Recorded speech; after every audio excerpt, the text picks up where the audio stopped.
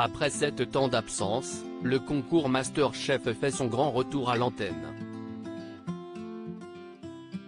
CST France 2 qui a eu l'idée de raviver le programme en recrutant Agathe Le Caron à l'animation et en composant le jury d'Yves Campbord, Thierry Marx et Georgiana Viu, finalistes de la saison 1. Le lancement est attendu ce mardi 23 août et dévoilera les 18 candidats prêts à se battre pour la victoire finale. En attendant d'en arriver là, nos confrères du Parisien ont pris des nouvelles des gagnants des précédentes saisons, dont Anna Lassan fait partie. Il s'agit de la première gagnante de MasterChef en 2010.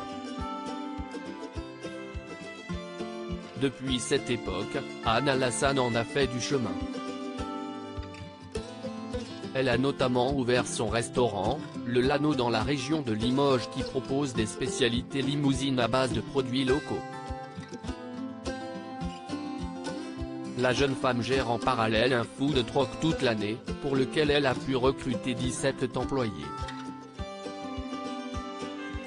MasterChef a changé ma vie. J'ai d'abord ouvert une ferme auberge, puis je l'ai revendue pour ouvrir le Lano, a-t-elle expliqué aux Parisiens. Lorsqu'elle n'est pas derrière les fourneaux, Anna Lassan prend la plume.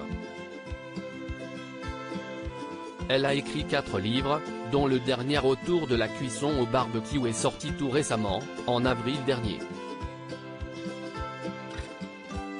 Le drame qui a bouleversé sa vie côté vie privée, tout n'a pas été rose pour la célèbre chef. En 2012, elle a notamment connu le drame de sa vie.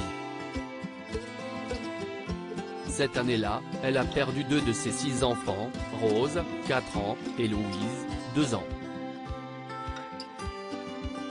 Les fillettes sont tragiquement décédées lors d'un incendie accidentel qui s'était déclaré dans sa ferme auberge La Paysanne, à Montauban, dans le Tarn-et-Garonne.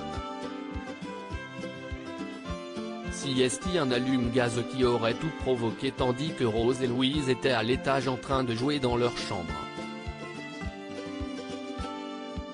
Anna Lassan, qui était en train de travailler dans sa ferme auberge située juste à côté, a tenté tant bien que mal d'intervenir mais l'accès à la chambre était impossible. Lorsque les policiers ont finalement réussi à les sortir de là, il était déjà trop tard. Malgré son deuil impossible, Anna Lassan a eu 2 autres filles par la suite, Margot, 8 ans, et Amélie, 7 ans. Je ne veux pas oublier mes filles et jamais je ne les oublierai. J'ai eu 2 autres petites filles mais elles n'étaient pas des enfants de remplacement. Mais c'était dur, j'ai forcément comparé, reconnaissait-elle dans sa commence aujourd'hui en 2021.